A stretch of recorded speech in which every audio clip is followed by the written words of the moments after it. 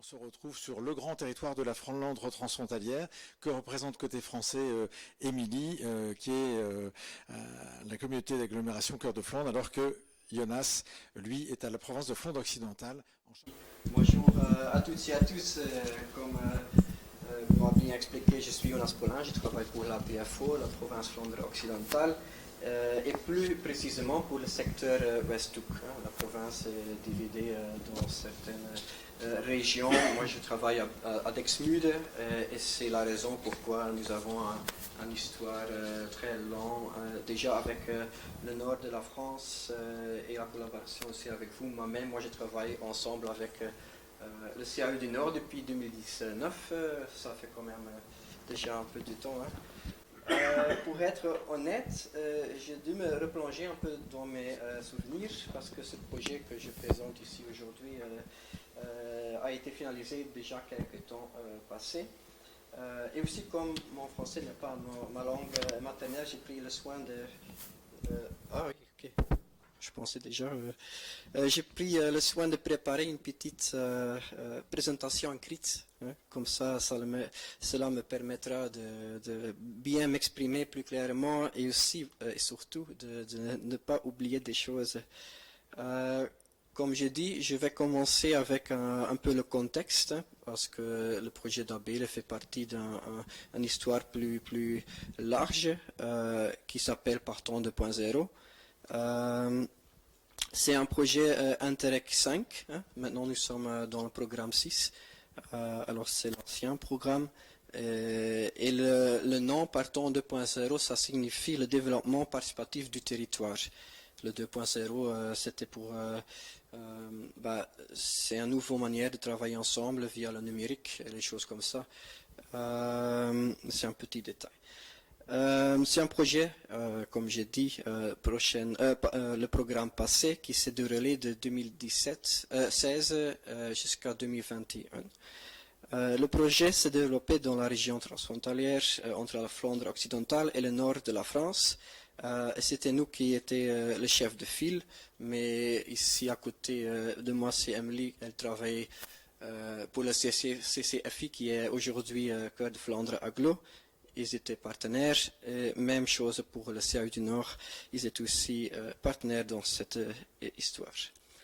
L'objectif de ce projet-là, c'était très clair, c'était d'impliquer davantage les habitants dans l'avenir de leur territoire de vie. Et cela en particulier dans les zones rurales où les services sont sous pression. Ici, comme chez vous aussi, même chose, même histoire. On s'est focalisé sur trois types de services, des services commerciaux, mais aussi des services publics, et à côté aussi les espaces publics et paysagers en tant que lieu de rencontre et bien commun. En impliquant activement les habitants dans les changements de leur village, de leur commune ou de leur territoire, Partant, le projet a voulu renforcer le sentiment d'appartenance et de co-responsabilité. Dans ce projet-là, on a une action qui était quand même importante, c'était l'action l'appel à projet. Mais il y avait encore des autres actions, bien sûr, aussi. On avait des rencontres transfrontalières, on avait des journées de découverte, des observations, un observatoire paysagère, mais aussi des projets pilotes où on testait des choses, où on a expérimenté avec certains services, comme j'ai expliqué auparavant. L'appel à projet a été un levier particulièrement fort pour stimuler la participation locale. Et entre 2018 et 2020, ça fait déjà 5 ans, le temps se passe très vite, 3 appels à projets ont été lancés par 5 partenaires, dont nous, mais aussi la CCFI, la CCHF, UNRIX et Parc naturel Cap-Marais d'Opale. L'appel à projet s'adressait aux communes, associations et plateformes d'habitants. L'objectif était de soutenir des initiatives locales proposant des formes innovantes de services ou d'aménagement participatif de l'espace de vie. Mais il ne s'agissait pas uniquement des actions concrètes, mais l'accent était aussi mis sur le processus participatif lui-même. Comment impliquer les citoyens de manière durable, comment favoriser une construction réelle où les habitants deviennent co-auteurs des changements. Pour soutenir ce processus, on a mandaté un bureau d'études de Stuiverij. C'était un bureau d'études qui venait de Courtrai et qui avait des expériences dans cette manière de travailler. Ils ont proposé un accompagnement structuré via des ateliers dans lesquels les porteurs des projets qu'on a sélectionnés après ont appris de définir leurs objectifs, identifier les parties prenantes, mais aussi utiliser des techniques de co-création et transformer des idées en actions concrètes. En total, 32 projets locaux ont été sélectionnés par le projet Partons 2.0, bien sûr, mais on peut dire mais bon, c'est quand même un succès, que 21 projets ont été menés à bien dans ce cadre. On n'a pas... C'est encore l'introduction.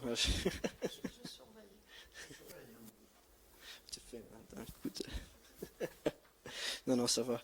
Je passe plus vite alors. J'ai le temps? Ok, ça marche. Ça serait bien. Le projet se situait de deux côtés de la frontière et les thématiques c'était les révalorisation des espaces publics, mobilité locale, réaffectation de bâtiments, circuits courts aussi, marché, et encore la création de lieux de rencontre.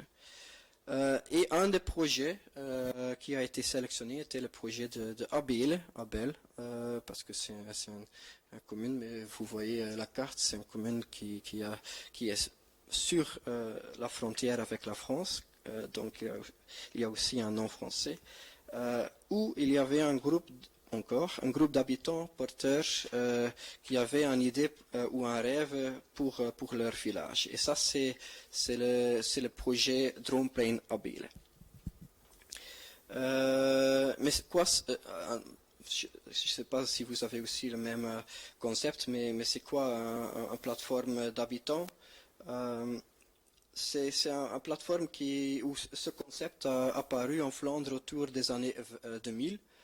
C'est lancé par l'association de développement social Samenlevingsopbouw et c'est une approche qui encourageait les habitants des villages à analyser eux-mêmes la qualité de vie dans leur propre village et à prendre des initiatives pour l'améliorer. Progressivement, de nombreux groupes sont devenus des structures permanentes, comme ici à Abele, comme on peut dire comme des plateformes qui sont un conseil pour leur commune, pour leur ville, pour aider aussi les élus dans le développement de leur petit village. La situation géographique, pour revenir un petit là-dessus, comme j'ai dit, c'est un village quand même unique parce que c'est sur la frontière, c'est un village partagé entre la ville belge de Poperinge, ou Poperinge, et la commune française de Boeskep. La village a un centre très modeste, mais symboliquement très fort. Il y a une seule rue, très petite, une bonne frontière, et une église située sur le sol français, mais gérée par l'échevêque belge de Bruges. Alors ça donne des complexités quand même, logistiques et administratives. Mais aussi un bel exemple de coexistence transfrontalière, bien sûr. Ici, on a une petite image qui donne l'année de 2010, parce que là, l'idée de créer une véritable place de village a été remontée il y a déjà plus de 10 ans par les habitants même. C'est la plateforme d'habitants, comme j'ai expliqué auparavant, qui a conçu eux-mêmes une étude complète pour une place conviviale verte propice aux rencontres. C'est une étude qui a été présentée aux autorités, la ville de Poperinge et aux habitants aussi d'Abele, mais cette étude n'a pas été suivie de fait parce que essentiellement le terrain visé en face de l'église apparaît à des propriétaires privés qui n'habitent pas à Abele, alors qu'ils ne sont pas intéressés à développer leur site. Et ça donnait des choses difficiles, alors l'idée a parti pour quelques temps, mais 10 ans plus tard, là on était là avec le projet Partons 2.0, ça a ouvert une nouvelle fenêtre d'opportunité. Et c'est grâce à l'action de l'appel à projet que le groupe d'habitants d'Abele a pu relancer leur rêve de longue date, créer un lieu de rencontre villageois pour et par les habitants. Les premières discussions ont été engagées via le projet Partons entre des membres de la plateforme d'habitants et la commune française de Bousquep. Et le maire de Bousquep était très favorable à réaliser quelque chose à côté de l'église qu'on a vu ici dans la présentation. Peu après, la ville de Poperinge s'est jointe à la table et eux aussi, ils étaient favorables. Ils ont défini ensemble un cadre clair pour la réalisation et la gestion future du site. Alors, le site, vous avez ici une petite carte sur la photo. C'est un terrain de quand même 3060 mètres carrés. Et ça a été désigné comme un site du futur Droomplein, une place de rêve.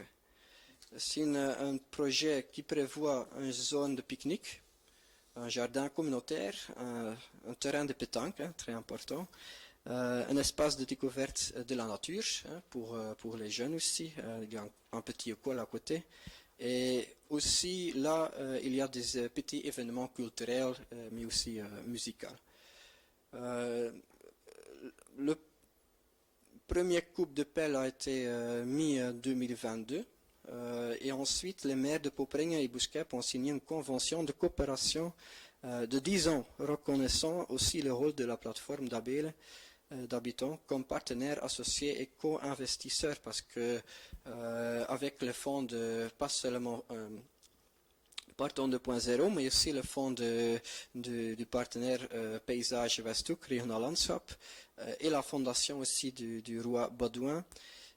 Et après, eux-mêmes, ils ont aussi fait une campagne de crowdfunding local.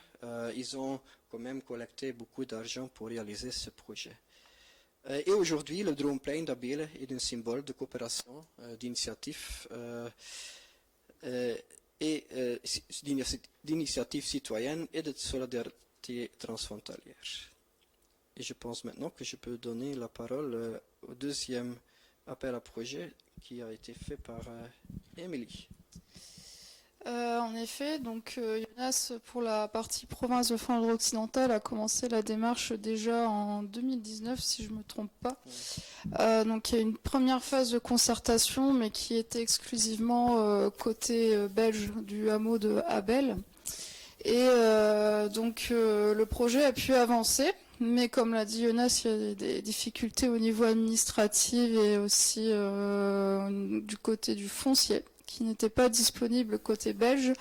Donc une solution a été proposée. Donc au niveau du hameau, donc on a l'église en effet qui est côté français, mais qui est plutôt utilisée par les voisins flamands. Et juste à côté, un grand terrain était disponible. Donc qui était donc ces différentes parcelles qui autrefois étaient des jardins ouvriers. Donc des parcelles tout en longueur. Donc sur les 5 parcelles, 3 appartenaient à la commune et 2 à des propriétaires privés, mais qui n'étaient pas forcément présents dans la région, étant donné qu'il s'agit surtout d'héritage. De fait, la commune se chargeait de l'entretien de cet espace vert, donc avec l'accord des propriétaires. Et quand on a identifié cette opportunité de terrain côté français, donc la mairie de Bousquep a été contactée par la plateforme des habitants d'Abel. donc associé avec la province de Flandre occidentale, donc par le biais de Jonas. Et tout de suite, l'équipe municipale a adhéré à l'initiative, et c'est ainsi qu'on a proposé à la commune de Boskep de rejoindre la démarche Interreg Partons 2.0 en participant au deuxième appel à projet qui était organisé par la communauté de communes de Flandre intérieure à l'époque, qui depuis est devenue Cœur de Flandre Agglo. Et nous avons réussi le défi d'associer les deux parties du village, donc le côté français avec le côté belge. Donc autrefois on parlait la même langue, le flamand, mais avec le temps, certes la frontière administrative s'est ouverte, mais on a une nouvelle frontière qui s'est créée, c'est la frontière linguistique. Donc d'un côté on parle français, d'un côté on parle néerlandais. C'est un peu notre quotidien tous les deux aussi, mais Jonas parle très bien français, donc on s'en sort. Mais un peu moins bien néerlandais parce que j'ai du mal à le suivre. Et ça c'est un autre débat. On a eu un autre défi aussi malheureusement, donc on a eu la crise sanitaire qui s'est invitée, donc ce n'était pas prévu. Alors il faut savoir que le concept habituel, en tout cas du côté de la CCFI, c'était on lançait un appel à projet. Les communes et les associations pouvaient postuler, donc en fonction de la démarche du projet qui était proposé, on pouvait donc les retenir et leur proposer l'accompagnement Partons 2.0, à savoir l'animation d'une phase participative avec les habitants, les élus, et également un accompagnement technique qui était réalisé par un bureau d'études. On commençait par une réunion de présentation de la démarche, donc une réunion publique, réunion participative pour expliquer le projet et ensuite faire travailler les habitants et les élus en atelier. Donc nous on avait fait le choix de mélanger aussi bien les habitants avec les élus, donc ça donnait un résultat plutôt intéressant et les habitants avaient la liberté, enfin se sentaient plus à l'aise pour aller à la rencontre de leurs élus et pour discuter avec eux. On récoltait les idées. En parallèle, surtout pour les personnes qui n'avaient pas l'occasion de se déplacer pour participer à la réunion, on mettait à disposition des boîtes à idées, donc j'en ai ramené une aujourd'hui, qu'on installait dans des endroits stratégiques de la commune. Donc ça pouvait, on commençait par la mairie bien sûr, mais on n'oubliait pas non plus la boulangerie, qui était un passage incontournable pour les Français pour aller chercher la baguette. Donc du coup on en profitait pour glisser son petit bulletin de participation. Le bureau d'études et moi-même, on se chargeait de récolter les bulletins, de les retranscrire, de les analyser, de les classer. Et le bureau d'études préparait 3 scénarios qu'on présentait lors d'une deuxième réunion publique. Et on invitait les habitants, les participants à commenter ces propositions.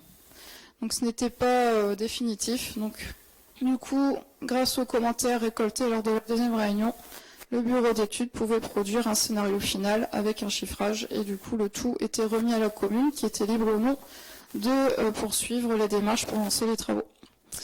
La difficulté du Covid, c'est que nous ne pouvions plus organiser une réunion publique, les rassemblements de personnes étaient interdits. Du coup, nous avons prévu une autre organisation, donc on avait préparé une brochure donc qui était très légère, 8 pages. On a la version française et la version néerlandaise. Tout a été distribué en toute boîte. Donc chaque foyer a reçu son exemplaire qui était accompagné d'un bulletin de participation. Donc une partie questionnaire et une partie plan vue satellite qu'on pouvait annoter. Et il suffisait aux habitants de déposer le bulletin dans la boîte à idées qui était disponible à la boulangerie d'Abel. J'ai récolté à peu près une 30aine de bulletins. À l'écran, vous avez donc des extraits de la brochure et puis une synthèse de toute cette démarche participative. Donc n'hésitez pas à consulter le site internet, on pourra vous redonner les liens après. Donc on a fait une démarche à distance, donc grâce à cette brochure et ce bulletin. Et on a réussi malgré tout à organiser une réunion publique le 1er octobre 2021. Donc qui est la slide suivante. Merci Vincent. Non. Donc on a pu, oui c'était avant, on a pu réunir une 30aine d'habitants, aussi bien français que belges. Donc c'était une expérience très enrichissante. On avait des élus des deux communes, donc de Poperingue et de Boscap. Et alors on a rusé. On a fait la réunion publique côté belge parce que les règles étaient plus souples au niveau des règles sanitaires. Donc c'est pratique de travailler à la frontière. Donc on a organisé des groupes, on a mis à disposition des post-it, des stylos, des plans, des vues satellites et chacun a pu donner son avis. Et on a pu donc obtenir un plan par le bureau d'études. Ouais, ça c'est une vidéo qu'on pourra vous partager également après, qui est fort intéressante. On voit les témoignages de monsieur le maire de Boscap et aussi monsieur le bourgmestre de Poperingue. Et donc du coup le bureau d'études a produit un plan, donc on a remis à la commune. Jonas l'a expliqué, les deux communes, donc Boscap et Poperingue, se sont associées, ont signé une convention. Donc la commune de Boscap a mis à disposition à titre gracieux le terrain. Les partenaires flamands se sont chargés des infrastructures, donc de commander le mobilier, de le faire installer grâce à ce programme Interreg. Et la CCFI s'est occupée des plantations dans le cadre du programme Plantons le décor, donc, qui est géré par la région Hauts-de-France. Aujourd'hui, le site continue à vivre. Il y a des événements qui s'organisent régulièrement. On essaie d'impliquer également les habitants français. Alors pour information, on a une centaine d'habitants français pour à peu près, je pense, 300 habitants flamands, c'est ça? Il ne sait pas. Non, bon, c'est un peu pour vous donner une échelle. On a plus de flamands que de français. On a travaillé avec les voisins proches. Aujourd'hui, donc je disais, on avait cette barrière de la langue, donc pas très loin, à quelques kilomètres d'Abel, on a Calicane. Donc c'est une autre démarche participative, donc je ne vais pas en parler aujourd'hui, mais ce sera peut-être le sujet d'une autre conversation au CEE. J'organise des cours de langue, des cours de français, des cours de néerlandais gratuitement à destination des habitants. C'est pris en charge par Cœur de Flandre Agglo. Et justement, j'accueille très régulièrement des habitants d'Abel à ces cours. Donc il s'agit des habitants flamands qui veulent améliorer leur français et des habitants français qui veulent apprendre le néerlandais pour pouvoir dialoguer, discuter avec leurs voisins en face de la rue.